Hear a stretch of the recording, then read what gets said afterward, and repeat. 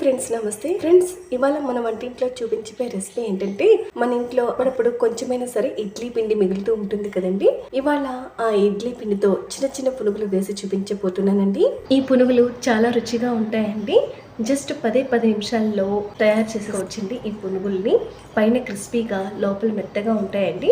బయట బండి మీద అమ్ముతారు కదండి చిన్న చిన్న పునుగులు, సేమ్ అదే టేస్ట్ తో ఉంటాయండి ఈ చిన్న చిన్న పునుగులు. పిల్లలకి ఇడ్లీలు తిని తిని బోరు కొట్టినప్పుడు ఇలా ఇడ్లీ పిండితో చిన్న చిన్న పునుగులు వేసి పెట్టారంటే పిల్లలు చాలా ఇష్టంగా తింటారండి.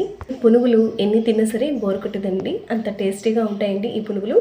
ఇప్పుడు ఈ ఇడ్లీ పిండితో తయారు చేసిన ఈ చిన్న చిన్న పునుగుల్ని ఎలా తయారు చేయాలో వీడియోలోకి వెళ్ళి చూసిద్దామండి. ఈ వీడియోని ఎక్కడ స్కిప్ చేయకుండా పూర్తి వరకు చూడండి ఫ్రెండ్స్, మీకు అర్థమవుతుంది. ఇక్కడ ఒక కప్పు నిండా ఇడ్లీ పిండి తీసుకున్నానండి.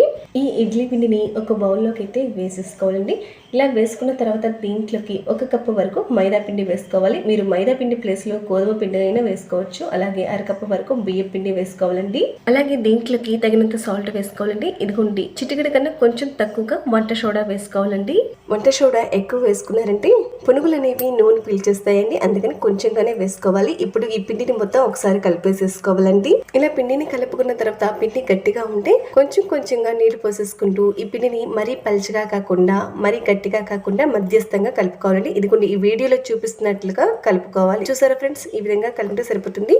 అలాగే పిండిని మాత్రం బాగా కలుపుకుంటే ఈ పునుగులు పైన క్రిస్పీగా లోపల మెత్తగా ఉంటాయండి. ఇదిగోండి ఇక్కడ పిండి కన్సిస్టెన్సీ చూడండి ఫ్రెండ్స్, ఈ విధంగా ఉండాలి. పిండి అనేది మరీ పల్చగా ఉండకూడదు, మరీ గట్టిగా ఉండకూడదు. ఇప్పుడు మూత పెట్టేసుకుని ఒక 5 నిమిషాల పాటు పక్కన పెట్టేసుకోవాలండి. చూడండి ఫ్రెండ్స్, 5 నిమిషాల తర్వాత మరొకసారి ఈ పిండిని బాగా కలుపుకోవాలండి. కలుపుకున్న తర్వాత ఈ పిండిని ఇప్పుడు మనం పునుగుల కింద వేసేసుకోవాలి. స్టవ్ కించుకొని బాండి పెట్టేసుకుని డీప్ ఫ్రైకి సరిపడా నూనె పోసుకోవాలండి. నూనెని మధ్యస్థంగా వేడి చేసుకోవాలండి.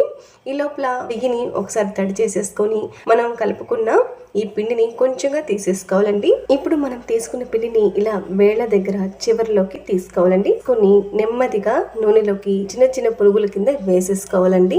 ఈ పునుగులు వేసేటప్పుడు పిండిని వేళ్ల చివరి దగ్గర నుంచి గుండ్రంగా చేసుకుని వేస్తుంటే పునుగులు అనేవి చాలా చక్కగా గుండ్రంగా వస్తాయండి. చూడండి ఫ్రెండ్స్, ఇక్కడ పునుగులు వేస్తుంటే నూనెలో నుంచి పునుగులు పైకి తేలుతున్నాయి, చూసారా? ఆ మాత్రం వేడిగా ఉండాలండి నూనె అనేది. అలాగే స్టవ్ ని సిమ్ టు మీడియం ఫ్లేమ్ లో పెట్టేసి ఈ పునుగుల్ని గోల్డెన్ బ్రౌన్ కలర్ వచ్చేంత వరకు వేయించుకోవాలండి. అప్పుడే లోపలి వరకు పునుగులు వేగి చక్కగా మంచి రుచిగా ఉంటాయండి. ఇదిగోండి ఇక్కడ గరిటతో ఈ వీడియోలో చూపిస్తున్నట్లుగా అన్నామంటే పునుగులు అనేవి సమానంగా వేగుతాయండి. ఫ్రెండ్స్, మనం ముందుగా పునుగుల పిండిలో వంట సోడా వేసుకున్నాం కదా, ఆ వంట సోడాకి బదులు మీరు పుల్లటి పెరుగుంటే ఒక 2 స్పూన్ల వరకు వేసుకుని పిండిని కలుపుకోండి. పునుగులు అనేవి చక్కగా పొంగుతూ మంచి రుచిగా ఉంటాయండి. ఇదిగోండి ఇక్కడ పునుగులు అనేవి మంచి గోల్డెన్ కలర్ లోకి వచ్చేసాయి కదా. ఇప్పుడు జాలగరిటలోకి తీసేసుకున్నామంటే ఎక్స్ట్రా నూనె అంతా కిందకి పడిపోతుందండి. సేమ్ ఈ విధంగానే మిగిలిన పిండితో కూడా చిన్న చిన్న పునుగుల్ని ఇలాగే వేసేసుకోవాలండి. ఇలా వేసేసుకొని ఒక ప్లేట్లోకి అయితే పెట్టేసేసుకోవాలండి. ఇడ్లీ పిండితో ఎప్పుడూ ఒకేలా ఇడ్లీలు వేయకుండా ఇలా ఒక్కసారి చిన్న చిన్న పునుగులు వేసి చూడండి ఫ్రెండ్స్, పిల్లలు చాలా ఇష్టంగా తింటారండి. చాలా టేస్టీగా ఉంటాయి. ఈ పునుగుల్ని ఎన్ని తిన్నా సరే అసలు బోరు కొట్టవండి, చాలా టేస్టీగా ఉంటాయండి. అలాగే ఈ పునుగులు పళ్ళు లేని పెద్ద వయసు వారు కూడా తేలికగా నమలేయచ్చండి, చాలా బాగుంటాయండి. సాయంత్రం పూట స్నాక్స్ కి ఏదైనా వేడివేడిగా తినాలనిపించినప్పుడు ఇలా ఇడ్లీ పిండితో అప్పటికప్పుడు ఇలా చిన్న పునుగులు వేయండి, భలే రుచిగా ఉంటాయండి. అలాగే మీకు ఇష్టమైన చట్నీతో ఈ పునుగుల్ని తినేయచ్చండి. ఫ్రెండ్స్, మీ ఇంట్లో కూడా ఇలా ఇడ్లీ పిండి మిగిలినప్పుడు ఇలా చిన్న పునుగుల్ని ట్రై చేయండి.